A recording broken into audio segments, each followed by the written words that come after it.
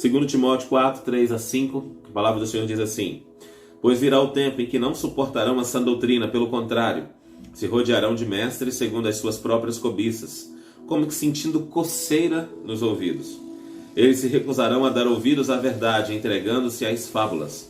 Mas você seja sóbrio em todas as coisas, suporta as aflições, faça o trabalho de um evangelista, cumpra plenamente o seu ministério. O apóstolo Paulo dizendo para Timóteo: cumpra plenamente o seu ministério. Temos visto em nossos dias que a pregação do evangelho puro não atrai multidões. Isso é fato. O evangelho puro fala de arrependimento, de mudança de vida, de não viver a própria vontade, mas viver a vontade de Deus. Isso exige renúncia, sacrifício, lutar contra a nossa carne, contra nosso eu. Por isso, como diz Paulo, as pessoas amontoam doutores conforme os seus próprios desejos. Pessoas que falem aquilo que lhes agrada, que falem só de bênção, prosperidade. Infelizmente, a maioria das pessoas quer viver um evangelho fácil, que não lhes exija nada e só ofereça coisas boas. No verso 5, Paulo orienta Timóteo a sofrer as aflições, fazer a obra de um evangelista e cumprir o ministério. E essas são orientações de Deus para nossos dias, mesmo passando por aflições que poucos desejam ouvir esse evangelho puro que temos proclamado. Que façamos a obra e cumpramos o ministério que Deus nos deu. O devocional dessa semana foi escrito pela irmã Alessandra, aqui de Joinville. Devocional muito bom, que Deus abençoe a vida da Ale. E nós estamos falando aqui a respeito agora de uma coisa que normalmente não se encaixa com os dias atuais. Nós vemos aqui o apóstolo Paulo, que era o tutor, o mestre, um educador de Timóteo, né? Ele era um pai na fé para Timóteo, dizendo para Timóteo: olha, sofre comigo as aflições de Cristo, sofre comigo e prega o evangelho e faz o que você tem que fazer. Só que o apóstolo Paulo, preso, nós sabemos que ele foi morto depois que ele foi preso e levado a Roma. Ali ele concluiu o ministério, enviou cartas e ainda assim ele acabou sendo morto. E ele estava dizendo para Timóteo: olha, Timóteo, sofre as aflições comigo, cumpre bem o teu ministério. Era o mesmo que dizer para Timóteo: Timóteo, faz o que você tem que fazer, copia o que eu estou fazendo, seja meu imitador como eu sou de Cristo, e eu estou indo morrer, mas faz o que eu estou te dizendo. Irmãos, hoje em dia, se nós fôssemos dar qualquer tipo de conselho desse para alguém, a gente falaria: olha, faz algumas coisas, mas toma cuidado, pode ser que te pegue, né? Ou a gente nem falaria, porque hoje existe tanta coisa que vai nos bloquear, nós temos medo de dizer algumas coisas e as pessoas nos cancelarem. Mas o apóstolo Paulo não estava nem preocupado com isso, porque o que importava para ele de fato era concluir a obra que o Senhor colocou na vida dele.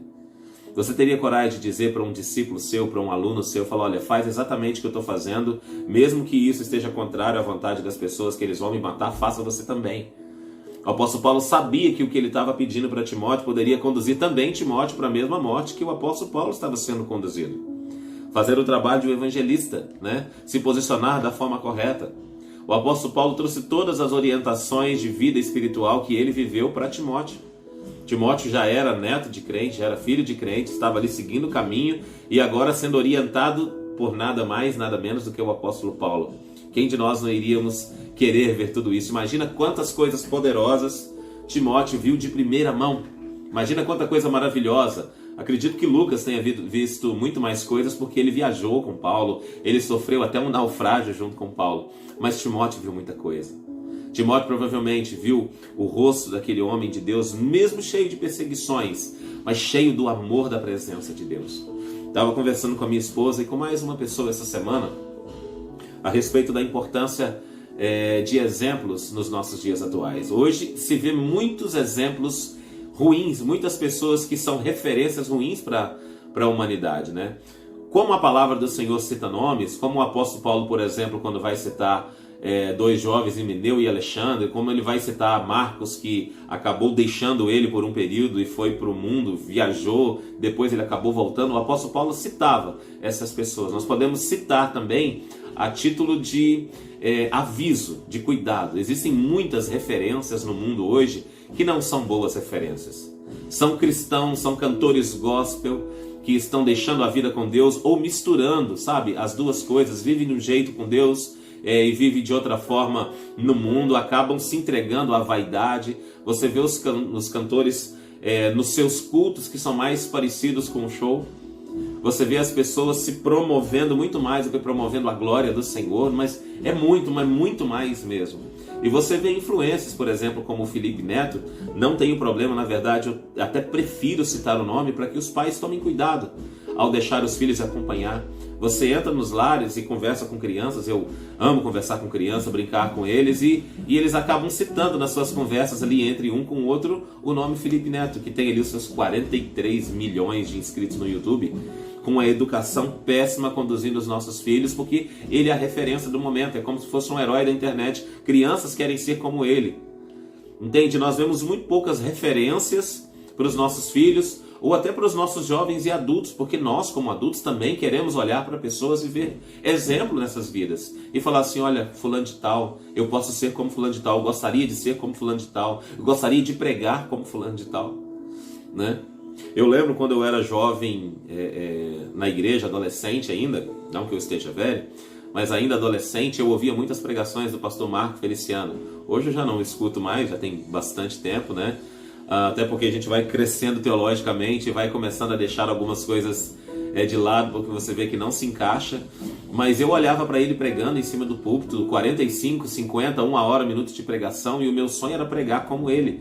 Aquilo ali me fazia ir para a Bíblia e ler cada vez mais. Ele falava assim, olha, quando eu era jovem eu subia no monte para orar, irmãos, eu juntava os meus colegas e ia para o monte com 15 anos, 16 anos, 17 anos, eu estava no alto do monte, às 2 horas da manhã, orando, clamando a Deus. Então, influências que naquele período, para mim, eu não posso negar, me ajudaram muito na fé. A partir disso, eu fui conhecendo muita Bíblia. A partir disso, eu conheci muitos irmãos, fiz amizades com diversas pessoas em igrejas diferentes, né? E isso foi muito enriquecedor. Mas hoje, quando você olha para a atualidade, nós vemos muito poucas referências cristãs que você fala, eu quero ser igual a essa pessoa, né? Mas aqui o apóstolo Paulo está dizendo para Timóteo, e Timóteo olhando para ele, com certeza obedecendo. E Timóteo, assim como eu, sofre as aflições, né? Vem, participa comigo. E irmãos, está falando que chegaria o período, e nós já estamos nele. A irmã Alessandra citou o versículo aqui de 2 Timóteo 4, 3 a 5, que as pessoas teriam coceira nos ouvidos. Ou seja, elas estavam ali querendo ouvir uma outra opinião. Não, eu ouvi isso aqui, o pastor falou no culto de sábado, de domingo, nos cultos no lar, o pastor falou numa live, mas eu gostaria de ouvir uma segunda opinião a respeito disso, porque, poxa vida, o Senhor quer meu coração, Ele quer que eu seja feliz. Não, irmãos, o Senhor quer que você obedeça. O Senhor está mais interessado na sua obediência do que na sua felicidade. Pastor, isso não é errado? Não.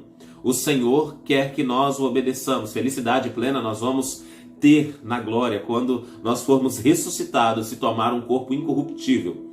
Seja a gente morrendo e ressuscitando, ou seja o Senhor aparecendo enquanto estamos em vida. Felicidade é para depois. Agora, a nossa felicidade, a nossa alegria tem que estar em fazer a vontade do Senhor. Por isso que a palavra de Deus diz, alegrai-vos, outra vez vos digo, alegrai-vos no Senhor. Não pensa que Deus veio na sua vida só para te fazer feliz. Deus quer que você o obedeça. Quem tem que fazer alguém feliz é nós ao Senhor, porque a Bíblia diz que a alegria do Senhor é a nossa força. Se eu e você obedecemos a palavra de Deus, obedecemos a voz do Senhor, nós estamos o alegrando. E temos nós que nos alegrar nisso.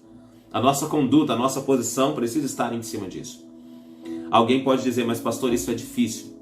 Realmente é por causa dos ensinamentos que estão sendo trazidos para nós.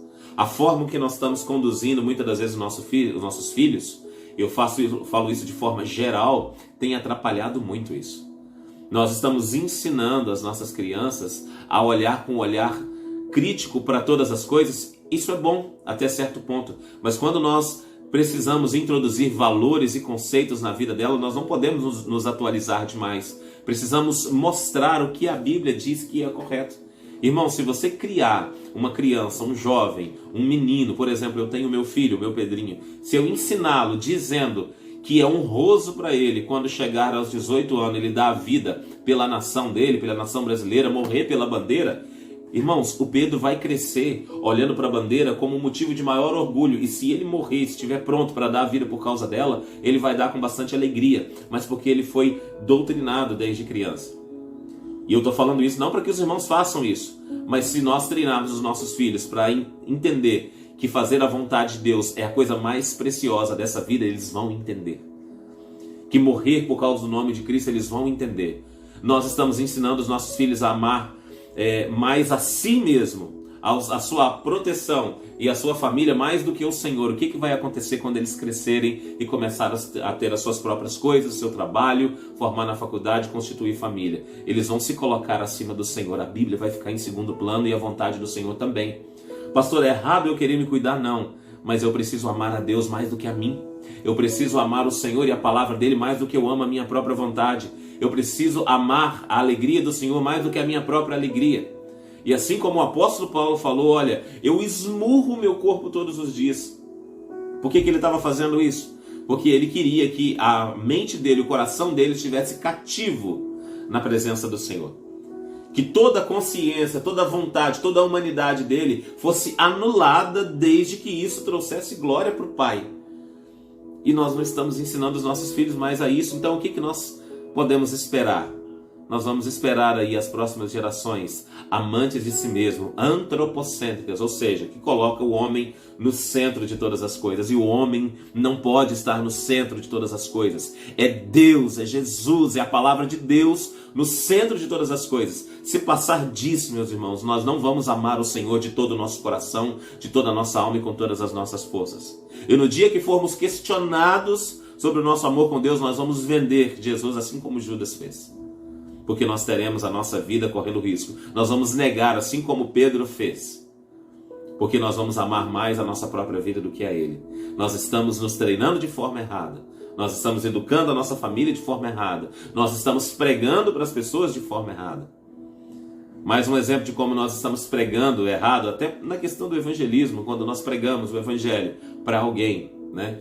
E isso eu li na lição de semana passada, que nós não tivemos, nós fechamos a igreja aqui de Joinville, mas o pastor Patrick escreveu a lição de semana passada e eu achei uma frase aqui maravilhosa a respeito disso. Quero ler para os irmãos aqui na página 110 da lição, o mandamento de Jesus. E ele diz o seguinte: toda pessoa nascida de novo, presta atenção, que interessante, toda pessoa nascida de novo é um milagre da graça de Deus. Está no plano de Deus que cada milagrosa vida nova cresça até a plenitude de Cristo. Um nascimento espiritual sadio é essencial para o crescimento no discipulado. Parte do retardamento nos membros da igreja pode ser levado à conta de decisões iniciais obscuras em aceitar a Cristo. Ou seja, a pessoa decidiu coisas no começo obscuramente ao aceitar a Cristo. Mas como é que ela decide obscuramente? Porque alguém pregou de forma obscura também. Não foi esclarecido. Urge a necessidade do novo crente ser instruído imediatamente na visão dos campos prontos para a ceifa e, consequentemente, tornar-se o intercessor pela justa causa. Ou seja, quando eu estou pregando o evangelho, eu estou falando para a pessoa, venha para a igreja, porque na igreja é muito bom, na igreja é muito legal, na igreja tem paz, o Senhor vai te livrar dos males. Até das doenças pode ser que Ele te livre, até do Covid pode ser que você não pega, porque o Senhor vai te proteger, aqui é só vitória. E as pessoas vão aceitando Cristo com essas promessas infundadas. Claro, o Senhor é bom, o Senhor cuida, mas essa não é a promessa que o Senhor fez para nós. Isso aí é um bônus que Ele nos dá quando Ele quer. Mas a promessa de verdade, o Senhor disse, olha, no mundo tereis aflições, mas tem de bom ânimo, eu venci o mundo. A promessa é de perseguição, a promessa é de morte. O que Jesus pregou quando Ele estava na terra é o seguinte, olha, aquele que não tomar a sua cruz e me seguir, esse não é digno de mim. O que Jesus pregava para as pessoas se converterem, o que nós pregamos hoje, irmãos, tem uma discrepância imensa. E nós queremos ter o mesmo sucesso que Ele teve. Precisa ser falado no início que nós estamos perdidos, caminhando para o inferno. E se nós não entregarmos a nossa vida a Cristo, nós vamos continuar essa caminhada até acabar com a nossa vida. Mas se nós aceitarmos a Cristo, entregarmos a nossa vida a Ele e morrer para esse mundo, para agradá-lo, Ele vai nos resgatar desse mundo. Ele vai nos salvar das garras do diabo. Esse é o evangelho de salvação. Nós estávamos caminhando para a morte e agora o Senhor nos conduziu à vida. Então, se nós ensinarmos para as pessoas isso e que ela tem que se tornar uma discípula, ela já tem que entrar sabendo que vai ser discipulada para ser discípula e para depois fazer mais discípulos. Então não haverá confusão. Ela já vai crescer com essa mentalidade.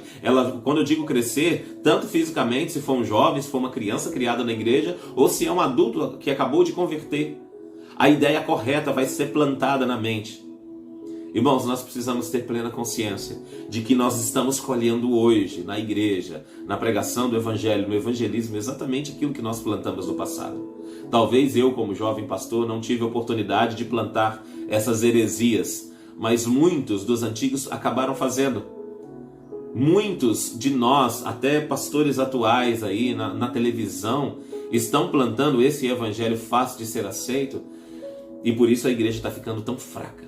Precisamos de exemplos, precisamos de heróis bíblicos vivos. E os heróis bíblicos, meus irmãos, eles não ganham de todo mundo, eles não são superpoderosos. Os heróis bíblicos são aqueles que mostram que são capazes até de morrer por amor a essa causa, porque essa causa tem um dono, ela tem um nome, que é o Senhor Jesus Cristo, né? Então, assim, se tiver coceira no ouvido, vai para a Bíblia.